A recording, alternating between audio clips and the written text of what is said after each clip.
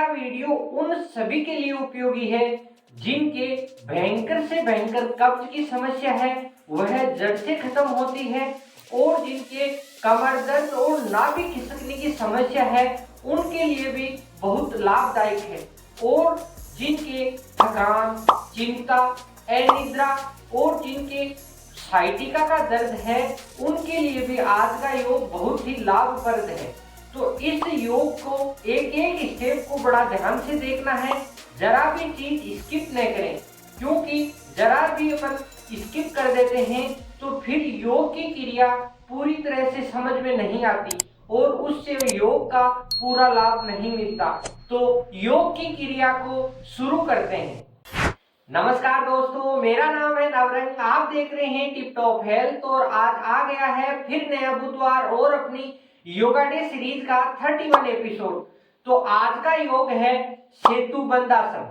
इस योग को इंग्लिश में ब्रिज पोज के नाम से भी जाना जाता है और इस योग को कंदरासन भी कहा जाता है। तो इस योग में अपने शरीर की आकृति एक ब्रिज यानी पुलिया के समान होती है। तो इस योग को शुरू करते हैं। सेतु बंदासन योग करने के लिए सबसे पहले योगा पट्टी बिछाएं और उसके ऊपर इस प्रकार श्वासन की स्थिति में लेट जाएं और लेटने के बाद अपने दोनों हाथ के पंजों को अपनी योगा पट्टी पे इस प्रकार चिपकाएं और दोनों पैरों को इस प्रकार फोल्ड करें और अपनी एड़ियां अपने नितंब के पास होनी चाहिए। इस प्रकार आप अगर फर्स्ट स्टेज में करते हैं तो इसमें अपन आपको 3 तरीके से सेतु बंदासन करना बताएंगे।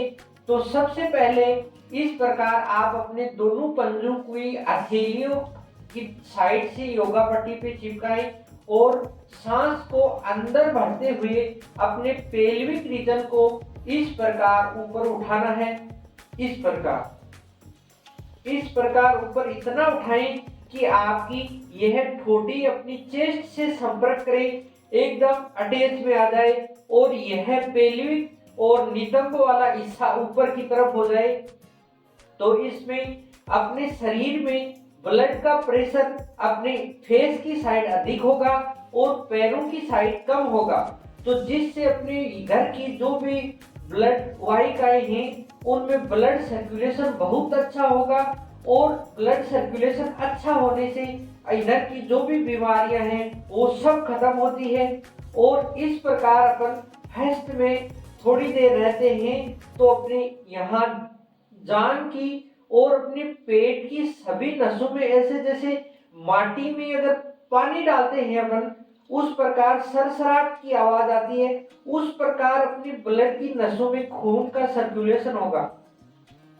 इस स्थिति में आप 5 से 7 मिनट रहते हैं तो अपने हाथों की स्थिति इस प्रकार रखें और इस प्रकार अपने शरीर की स्थिति बनाएं। इसमें अगर आपका अच्छा अभ्यास हो जाए तो फिर आप इसमें अपने दोनों हाथों से अपनी एड़ियों के नी को इस प्रकार जॉइंट को पकड़े और फिर इस प्रकार अपने शोल्डर्स की मदद से अपनी कोहनियां एकदम चटाई पे, यहाँ कोहनियों का सहारा नहीं लेना है, प्रेशर अपने पेट की तरफ रहना चाहिए और सांस की गति सामान्य रखें और एकदम अपना ध्यान केंद्र अपनी नाभि के ऊपर रखना है, जिससे अपने नाभि खिसकने की समस्या है या किसी के पेट बढ़ा हुआ है उसमें बहुत ही ज्यादा लाभ मिलता है, क्योंकि अपने आंतों की सही मसाज होती है इस योग से।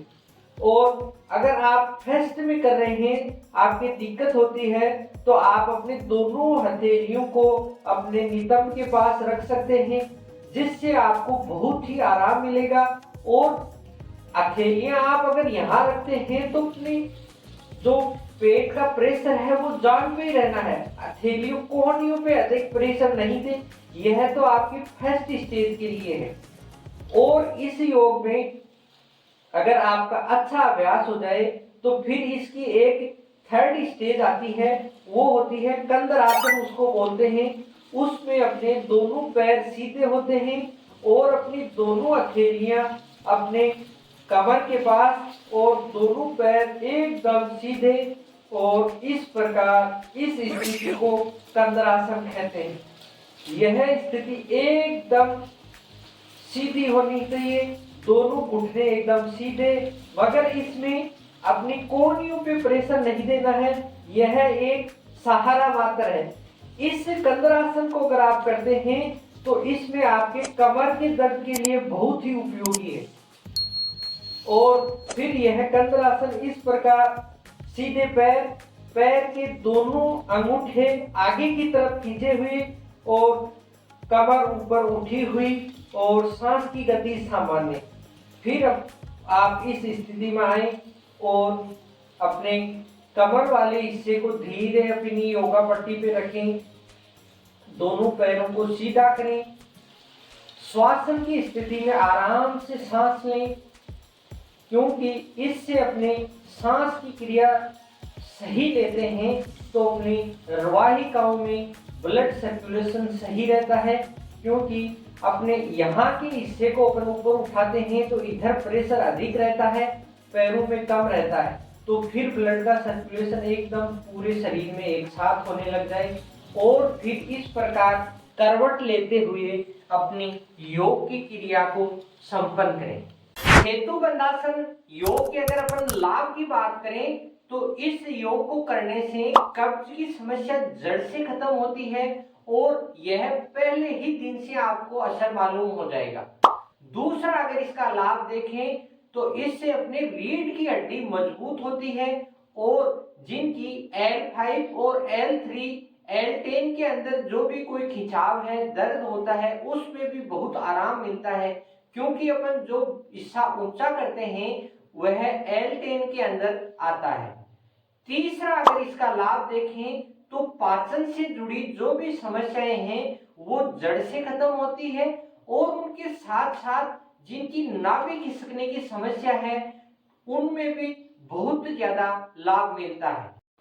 चौथा, अगर इसका लाभ देखें तो मासिक धर्म में आने वाली जो भी समस्याएं हैं वह जड़ से खत्म होती है। और पांचवा, इसका लाभ देखें तो प्रजनन अंगों में मजबूती मिलती है और जिनमें हार्मोन्स का बैलेंस सही नहीं है वह भी परफेक्ट होता है।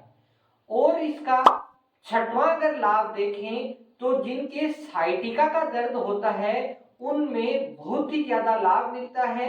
और अगर इस योग को अपन रूटीन में शामिल करते हैं तो साइटिका के दर्द की समस्या होती ही नहीं है।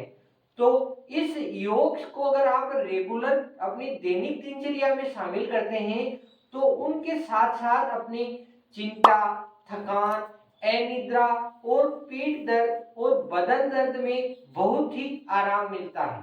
सेतु बंधासन योग को अपन ने विधि में करके देखा, लाभ का अध्ययन किया, तो अब इसकी हानियों की अगर अपन बात करें तो जिनके थायराइड, प्रोस्टेट और हर्निया की दिक्कत है उनको इस योग से परहेज करना चाहिए। और जो माता बहनें गर्भवती हैं वो अपने डॉक्टर की सलाह के अनुसार ही इस योग को करें। और जिनके शरीर में कमजोरी अधिक है वह अपने सामर्थ्य के अनुसार धीरे धीरे अपने रूटीन में शामिल करते हैं तो इस योग के बहुत ज्यादा लाभ मिलेंगे। तो आज का वीडियो आपको कैसा लगा कमेंट करके जरूर बताएं और किसी भी प्रकार की समस्या हो वो भी आप कमेंट कर सकते हैं। तो फिर मिलते हैं नेक्स्ट बुधवार। हंसते रहिए, मुस्कुराते रहिए, टिप टॉप हेल्थ से जुड़े रहिए। जय हिंद, वंदे मातरम। ऐसे और वीडियो देखने के लिए टिप टॉप हेल्थ को सब्सक्राइब करें।